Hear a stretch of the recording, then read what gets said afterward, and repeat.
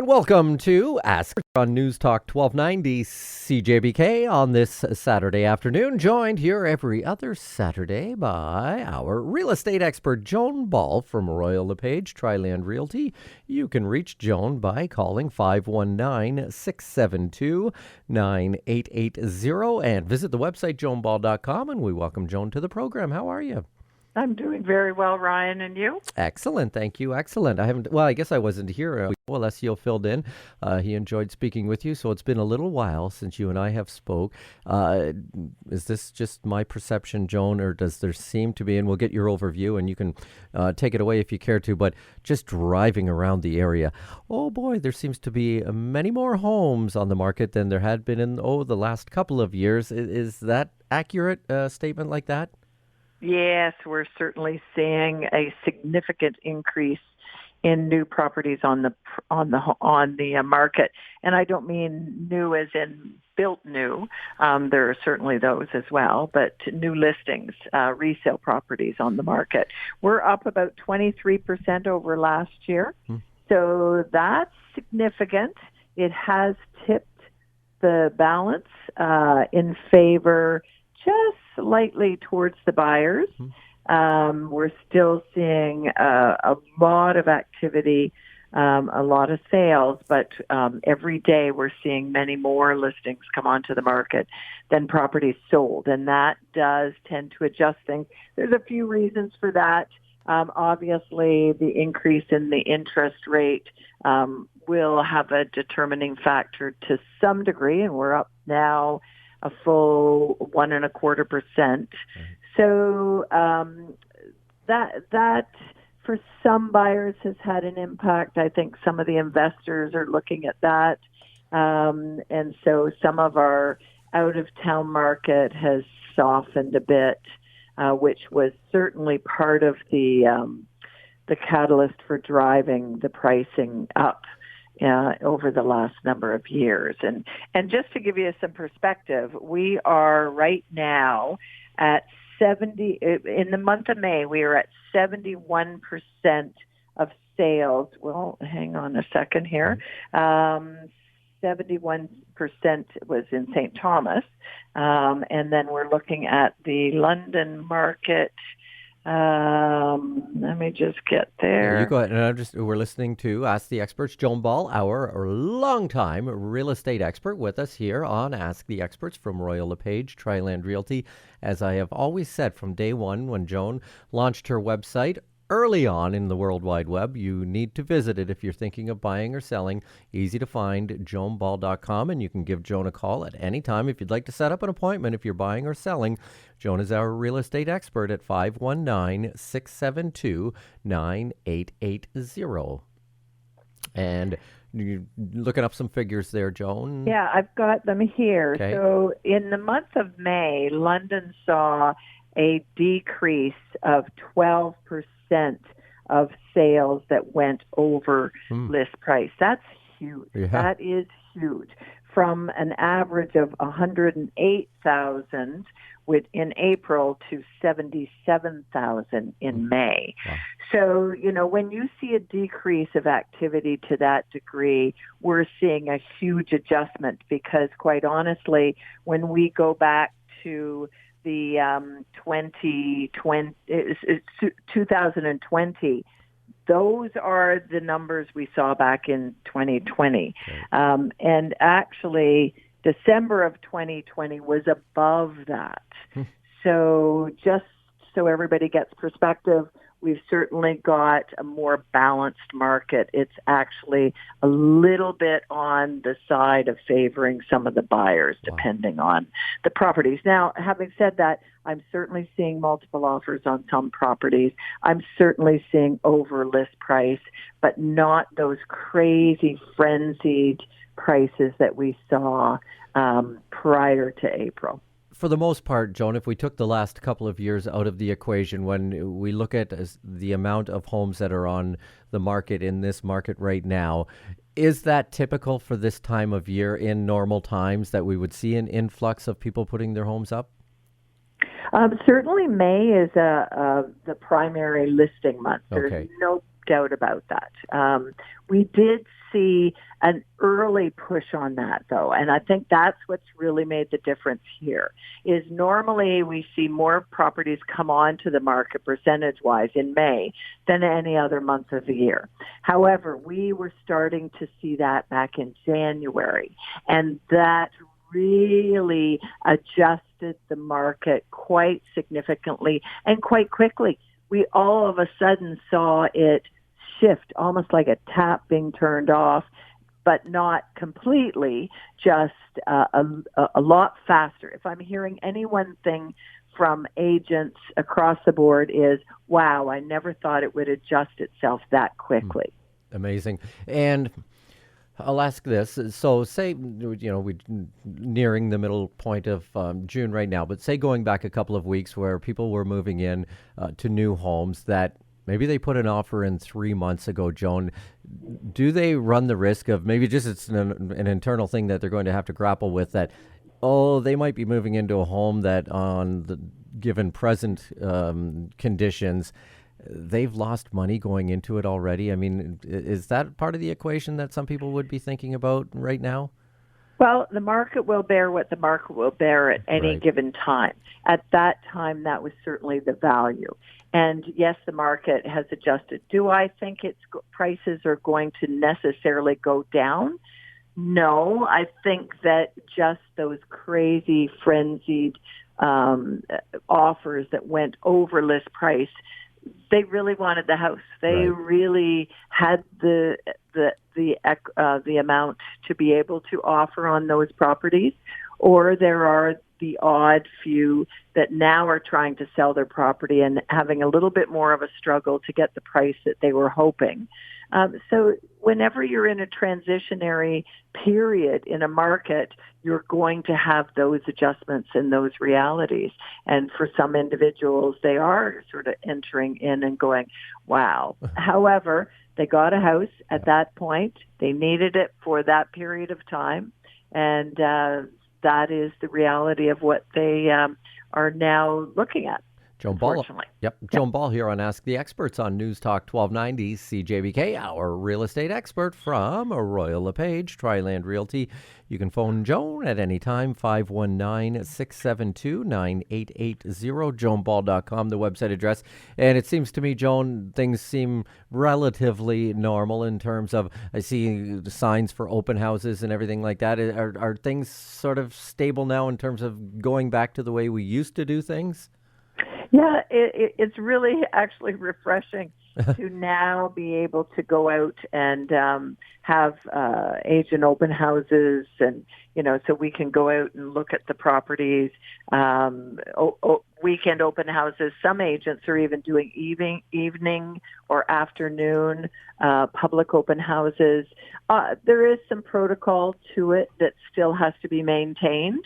However, we do tend to be going back to the way things were as far as how we operate. Good news. Joan Ball on Ask the Experts on Newstalk 1290 CJBK, and virtually, however, still obviously listings are online. Do you think people have become a little more reliant on, 'cause I know you as well, again, sort of trailblazing doing virtual open houses, Joan? Some of that stuff will linger into the future as well, do you foresee? Oh, yeah, I think they will. And I would look at it as crossing your T's and dotting your I's. It's really a process now where we realize there are other tools in our industry that we can capitalize on and generate the response that we're looking for. So I think some of those things will stay going forward. Certainly there's many agents who are getting very savvy as far as video presentations and some of the online programs and apps that can walk you through an individual property. Matterport, the iGuide, there's a number of other tools in the industry that we utilize, and those will stay in place for many agents, I'm sure. Excellent. Joan Ball on Ask the Experts here on this Saturday afternoon on News Talk 1290 CJBK. Again, you can reach Joan at Royal LePage, Triland Realty, 519-672-9880, joanball.com, the website address. And here on Ask the Experts, we will return with more on News Talk 1290 right after these.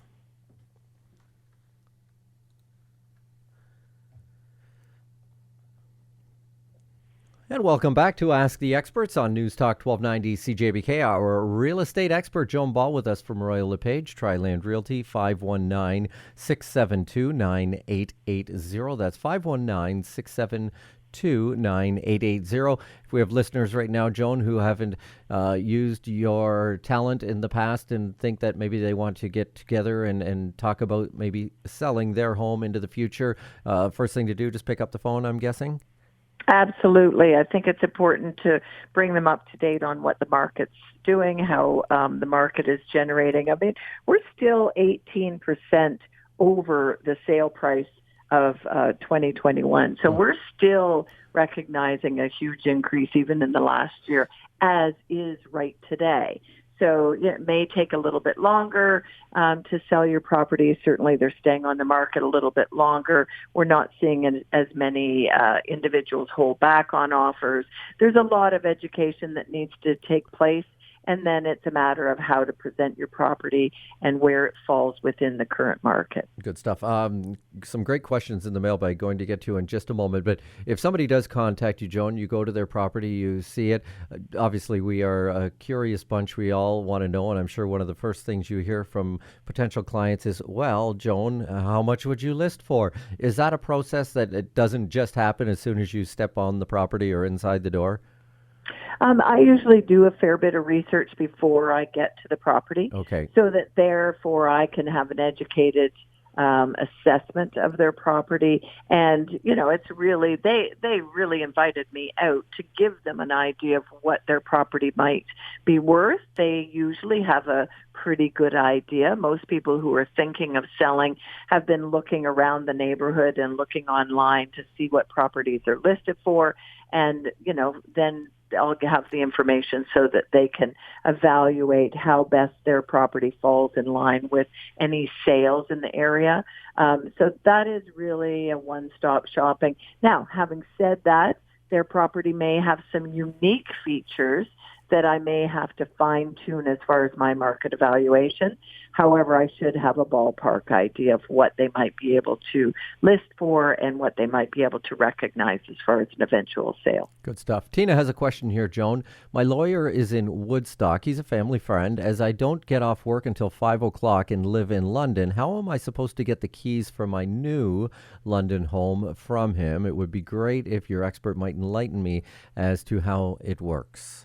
Okay, so this is a great question, and certainly with the pandemic, we as an industry and with the legal community started doing this a fair bit, and it really helped to minimize the exposure for individuals.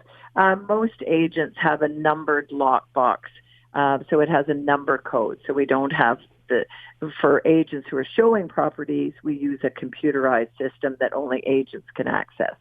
This number code lockbox would contain the key, and then once the property has closed, so all monies have transferred and the seller has been paid out, then the buyer would get the access code, be able to go into the lockbox at their leisure, access the key, and then just simply contact the listing agent to indicate that they can remove the lockbox from the property. So that's really how I handle it right now, and I do know a number of agents are doing that as well. Excellent. Thanks, Tina, and good luck with that. Sounds like arrangements can be made. Patty would like to know, I will be out of town on the closing date, so won't be able to do a walkthrough prior to closing. Does your expert anticipate this as a problem, or are most homes presenting well for buyers after closing these days? From Patty. So interesting. It does, to some degree indicate that Patty would be well advised to, even if she's not available to do the walkthrough, she could ask her agent to do so. Or another representative with her agent, because it's really important to ensure that the property is in the same condition as when you purchased it, and that it is vacant possession, unless there are items that you have requested and that between you and the seller, you've agreed to have them left in the property. And some sellers are certainly willing to leave ladders and hoses and, different things. Right. So that's really, I always will recommend a final walkthrough. Even as a listing agent, I will go through the property when I'm installing the lockbox on the day of closing, just to ensure that everybody's aware of what's there and what has been removed, and I'm clear about what was agreed upon, and the property presents itself in that way. So if there's any things that, red flags or anything like that, I would certainly have a conversation with my seller, and then have a conversation with the buyer's agent if need be, just to ensure that everything is as it should be. So I never assume that the seller is going to leave the property, in move-in condition. I would always, as a buyer's agent, want to verify that. And how many days prior, Joan, to closing would that final inspection or walkthrough be? You can do it right up to the day of closing. Most of the time, I'd say a couple of days before, just so you're not leaving it to the last minute. However, having said that, if there's red flags, there's a bunch of garbage in the basement, but it looks like, for all intents and purposes, everybody has moved out, then I'd have a conversation with the lawyer. You may want to have another walkthrough the day of closing just to make sure the items have been removed, or communicate with the seller's lawyer to please inform us when those items have been removed. Please ensure that they are removed, that kind of thing. But I'd always want to verify. And what would happen if the buyer moves in on the day they receive the keys for the home, and there are an accumulation of stuff, whether it be in the house, and that may be some furniture that the previous owners didn't get rid of, or some accumulated items outside? What steps then, if the new owners were not happy with the condition, what would they do? What would be the next step for them, Joan, to fix that problem? So really know that the final walkthrough is to ensure that you have clearly communicated your intent, and if there are items, that they are removed, and then go back and visually inspect that those items have been removed. If you don't do that and you exchange the money and the seller is paid out, there is absolutely no leverage then to ensure the seller will come back and get those items. Now, some sellers may say, I just thought you wanted those things, might be innocent enough, and they may be willing to remove them. Right. However, they may not. So once money has been exchanged, you may be on the hook for the costs to get rid of those items, and you may be able to sell them, sure, but you may not. And so it may cost you to have them removed. So always reinspect the property if you think there are items there that may, in fact, be there after closing. And I'm not meaning this as a knock to other colleagues in your profession. I mean this, too, because you do your due diligence, and I'm just not sure that everybody would. And I'm thinking that there probably have been situations then where people have moved into a home and thought, this isn't the way, we were expecting it to be left. But like you say, if the agents are doing their job properly and all the T's are crossed, the I's are dotted, you shouldn't have a problem. Exactly. And, even as silly and as innocent as old paint cans or building material that they think the new buyer might want, which they may not want. Right. Have those conversations ahead of time so it's clearly indicated what you are willing to take on. And in some really unfortunate situations, pets have been left behind. Oh. And that is very sad, especially if the house is going to remain vacant for any period of time. Oh, really, eh? That's a thing. Yeah. Joan Ball here on Ask the Experts, our real estate. And nobody's ever left a spouse or a kid behind, though, that you're aware of? No, not that I'm aware of. All righty. Joan Ball, our real estate expert on Ask the Experts from Royal LePage, Triland Realty, 519-672-9880. To reach Joan, that's 519-672-9880. JoanBall.com, the website address here on Ask the Experts. We will pause and be back with more on Newstalk 1290 CJBK right after these.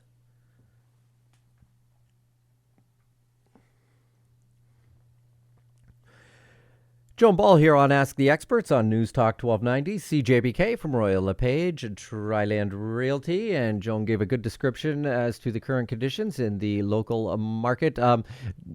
Going back 2.5 years ago, Joan, did you think, can we use the term roller coaster? Is that appropriate to describe the last couple of years in terms of real estate?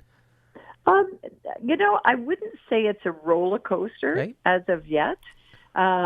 There hasn't necessarily been a downhill slide. I would say that 2021 was and the early part of 2022 was a huge uphill climb. It was almost Everest, if Yeah. you want to use a mountain analogy. Right now, we're on the other side of Everest, but we're almost at a plateau. So it's certainly we're not going down. Our prices are still going up from over last year, and prices are increasing. There's no doubt about it. But we do have more on the market for buyers to choose from, which usually generates conditions. You'll see conditions on sales agreements of purchase and sale right now, which you haven't seen conditions for quite some time. You'll see a slower period. The properties on the market for a little bit longer.